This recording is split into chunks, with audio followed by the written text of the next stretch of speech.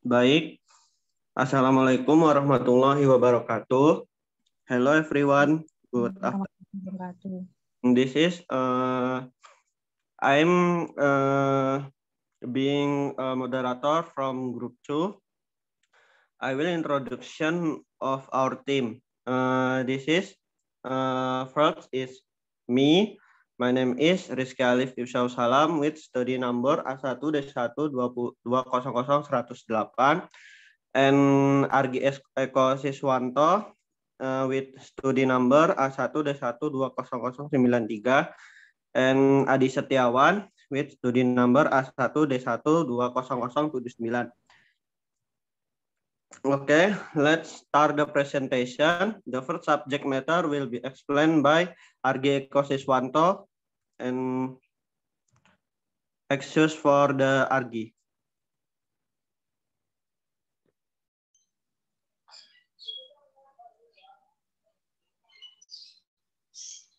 Yang A, pengertian karakteristik peserta didik. Siswa atau anak didik adalah setiap orang yang menerima pengaruh dari seseorang atau sekelompok orang yang menjalankan pendidikan.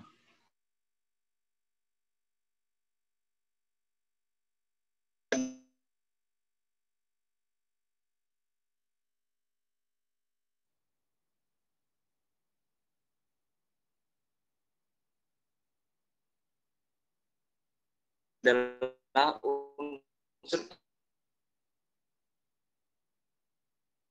interaksi, edukasi, semua aktivitas pembelajaran. Umum peserta didik ialah karakter atau usia sosial.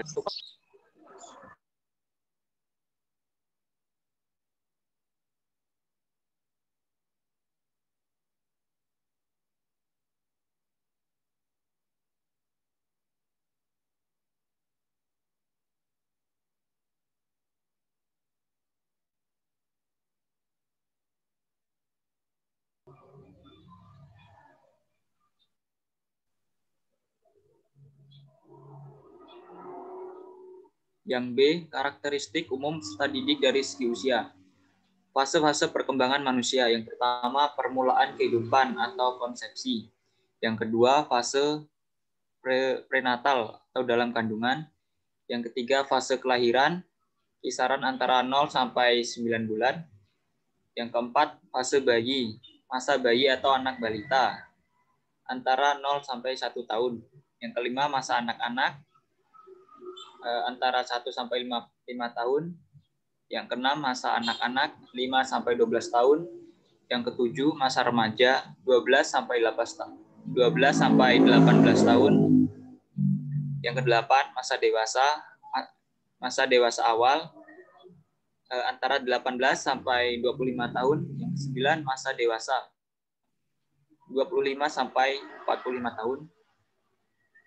Masa dewasa akhir 45 sampai 55 tahun. Yang ke-11, masa akhir kehidupan 55 tahun ke atas. Pada pembahasan ini kami hanya membahas materi sejak masa kanak-kanak hingga masa dewasa awal saja sesuai usia pendidikan. Selanjutnya, ada beberapa aspek yang dipengaruhi oleh usia. Yang pertama, aspek kognitif. Menurut Jean Piaget, suatu fungsi kehidupan yang mendasar yang membantu organisme untuk menyesuaikan diri dengan lingkungannya. Tujuan aktivitas intelektual adalah untuk mencapai keseimbangan. Lingkungan adalah suatu tempat yang menarik, penuh dengan berbagai rangsangan baru yang tidak segera dapat dipengaruhi anak yang aktif dengan penuh rasa ingin tahu. Suatu atribut yang sangat majemuk yang terdiri dari 3 komponen yang saling berhubungan, yaitu inteligensi, struktur kognitif, dan fungsi intelektual. Tingkat perkembangan kognitif. Pertama, periode sensori motor, kurang lebih sejak lahir sampai 2 tahun. Periode operasional, kurang lebih 2 sampai 7 tahun. Periode operasional konkret, kurang lebih 7 sampai 11 tahun. periode operasional formal 11 sampai 15 tahun. Selanjutnya,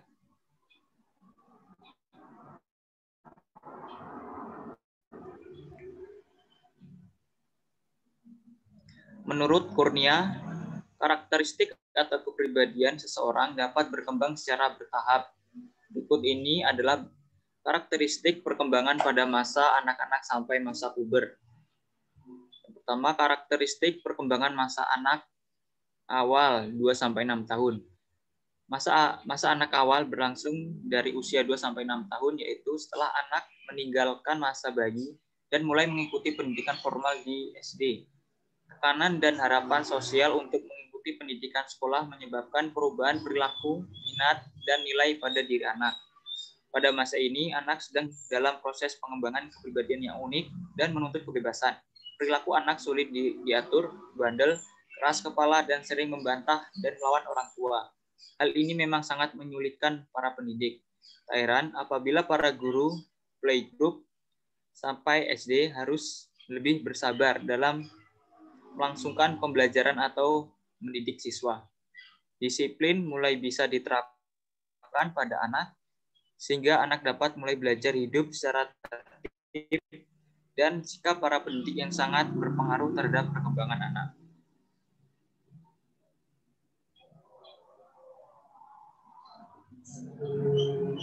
Oke, selanjutnya.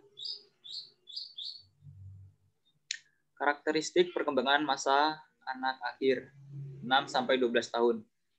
Karakteristik atau ciri-ciri periode masa anak akhir sama halnya dengan ciri-ciri periode masa anak awal dengan memperhatikan sebutan atau label yang digunakan pendidik. Orang tua atau pendidik menyebut masa anak akhir sebagai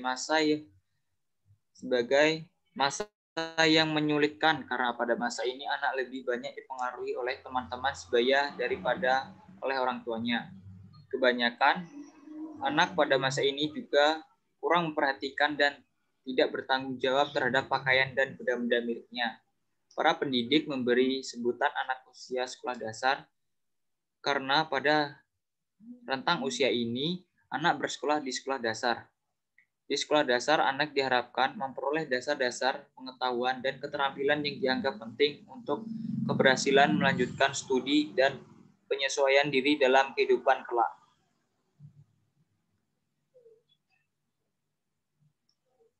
Oke, selanjutnya. Karakteristik perkembangan masa puber. Masa puber adalah suatu periode tumpang tindih antara masa anak akhir dan masa remaja awal. Periode ini terbagi atas 3 tahap, yaitu prapuber, puber, dan pasca puber. Tahap prapuber bertumpang tindih dengan 2 tahun terakhir masa anak akhir. Tahap puber terjadi pada batas antara periode anak dan remaja, di mana ciri kematangan seksual semakin jelas. Tahap pasca puber bertumpang tindih dengan 2 tahun pertama masa remaja. Waktu masa puber relatif singkat, antara 2-4 tahun. Terjadi pertumbuhan dan perubahan yang sangat pesat dan mencolok dalam proporsi tubuh, sehingga menimbulkan keraguan dan perasaan tidak aman pada anak puber. Perubahan fisik dan sikap puber ini berakibat pula pada menurunnya prestasi belajar, permasalahan yang terkait dengan penerimaan konsep diri, serta persoalan dalam berhubungan dengan orang di sekitarnya. Orang dewasa maupun pendidik perlu memahami sikap perilaku anak puber yang kadang menaik diri, emosional, perilaku negatif, dan lain-lain, serta membantunya agar anak dapat menerima peran seks dalam kehidupan bersosialisasi dengan orang atau masyarakat. Oke, selanjutnya.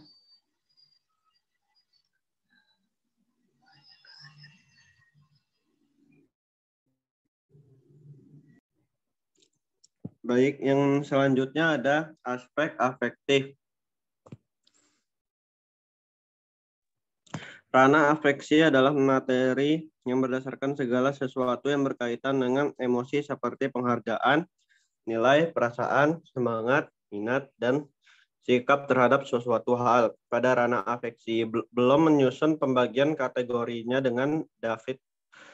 Pada ranah afeksi, belum menyusun pembagian kategorinya dengan David Krathwohl, yaitu yang pertama ada penerimaan, mengacu kepada kemampuan untuk memperhatikan dan merespon stimulasi yang tepat.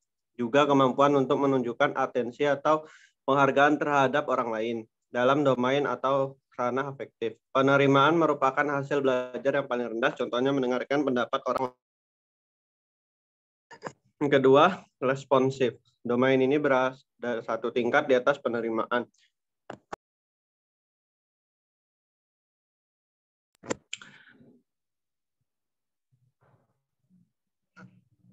Suatu materi. Anak memiliki kemampuan berpartisipasi aktif dalam suatu pembelajaran dan selalu memiliki motivasi untuk bereaksi dan mengambil tindakan. Contoh, ikut berpartisipasi dalam diskusi kelas mengenai suatu pelajaran. Selanjutnya,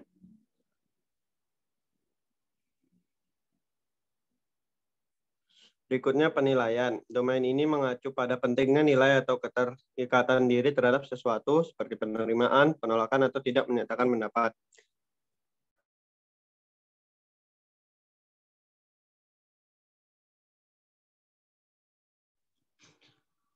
Kegiatan atau kejadian dan mengekspresikannya ke dalam perilaku. Contoh, mengusulkan kegiatan kelompok untuk suatu materi pelajaran.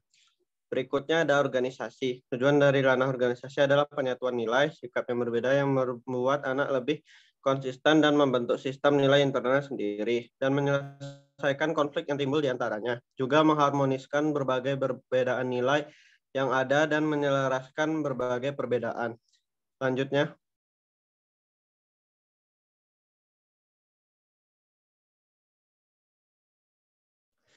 ada karakterisasi. Acuan domain ini adalah karakter seseorang dan daya hidupnya.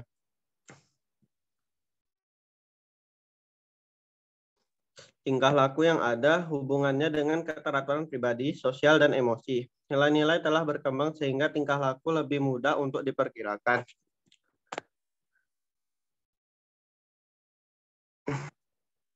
Aspek berikutnya psikomotorik. Psikomotorik adalah domain yang meliputi perilaku, gerakan, dan koordinasi jasmani. Keterampilan motorik dan kemampuan fisik seseorang. Keterampilan yang akan berkembang jika sering dipraktikkan ini dapat diukur berdasarkan jarak, kecepatan, teknik, dan cara pelaksanaannya. Dalam aspek psikomotorik terdapat 7 kategori mulai dari yang terendah hingga tertinggi. Berikutnya,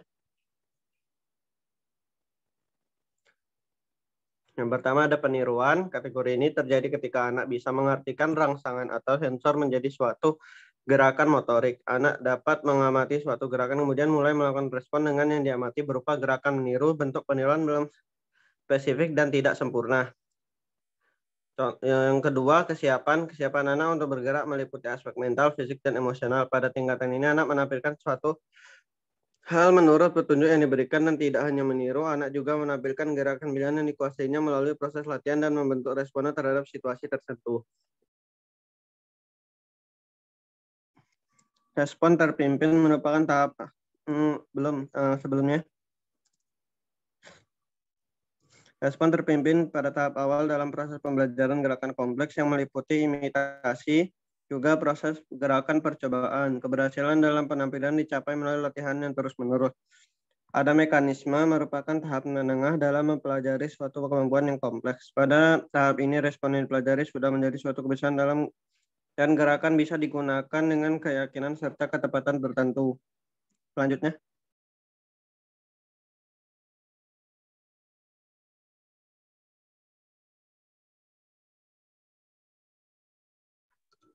ada respon tampak kompleks. Ini tahapan gerakan motorik yang terampil yang melibatkan pola gerakan kompleks. Kecakapan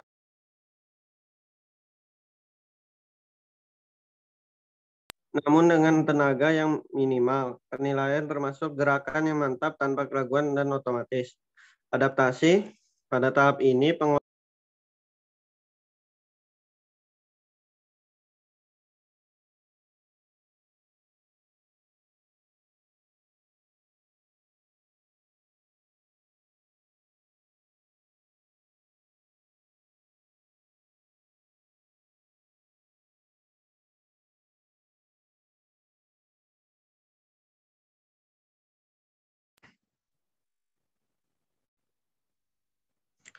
Berikutnya ada penciptaan, yaitu menciptakan berbagai modifikasi dan pola gerakan baru untuk menyesuaikan dengan tuntutan suatu situasi. Proses belajar menghasilkan hal atau gerakan baru dengan menekankan pada kreativitas berdasarkan kemampuan yang telah berkembang pesat.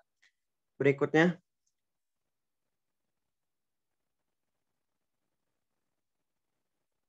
Berikutnya ada aspek sosial. Aspek psikososial berkaitan dengan kemampuan anak untuk berinteraksi dengan lingkungannya.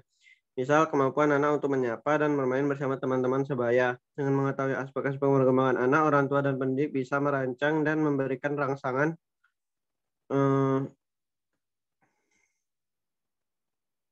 serta latihan agar semua aspek tersebut berkembang secara seimbang. Rangsangan atau latihan tidak bisa terfokus hanya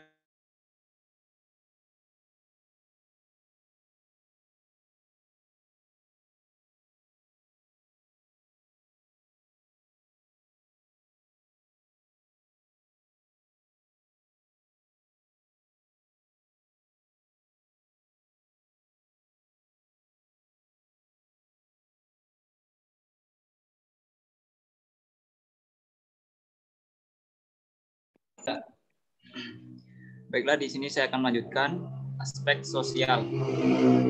Aspek psikososial berkaitan dengan kemampuan anak untuk berinteraksi dengan lingkungannya. Misalnya, kemampuan anak untuk menyapa dan bermain bersama teman-teman sebayanya. Dengan mengetahui aspek perkembangan anak, orang tua dan pendidik bisa merancang dan memberikan rangsangan serta latihan agar semua aspek tersebut berkembang secara seimbang. Rangsangan atau latihan tidak bisa berfokus hanya pada satu atau sebagian aspek. Tentunya rangsangan dan latihan tersebut diberikan dengan tetap memperhatikan kesiapan anak, bukan dengan paksaan. Menurut Erik Erikson, anak adalah makhluk yang aktif dan penjelajah yang adaptif. Ego berfungsi untuk memahami realitas dunia sosial. Secara mendasar, manusia adalah makhluk yang rasional. Pikiran, perasaan, dan tindakannya sebagian besar dikontrol oleh ego. Yang keempat, prinsip epigenetik.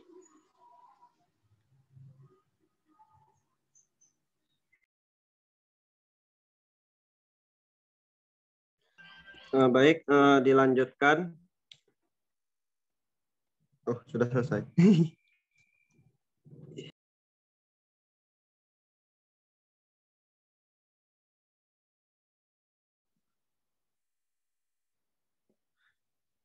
All right, that's our discussion of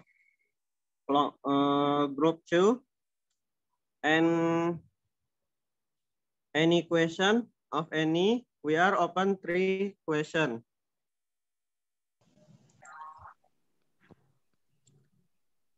All right, that's of our discussion of presentation of group 2. If any false and any false of our team in presentation, we are apologize. I end with wassalamualaikum warahmatullahi wabarakatuh. Waalaikumsalam warahmatullahi wabarakatuh.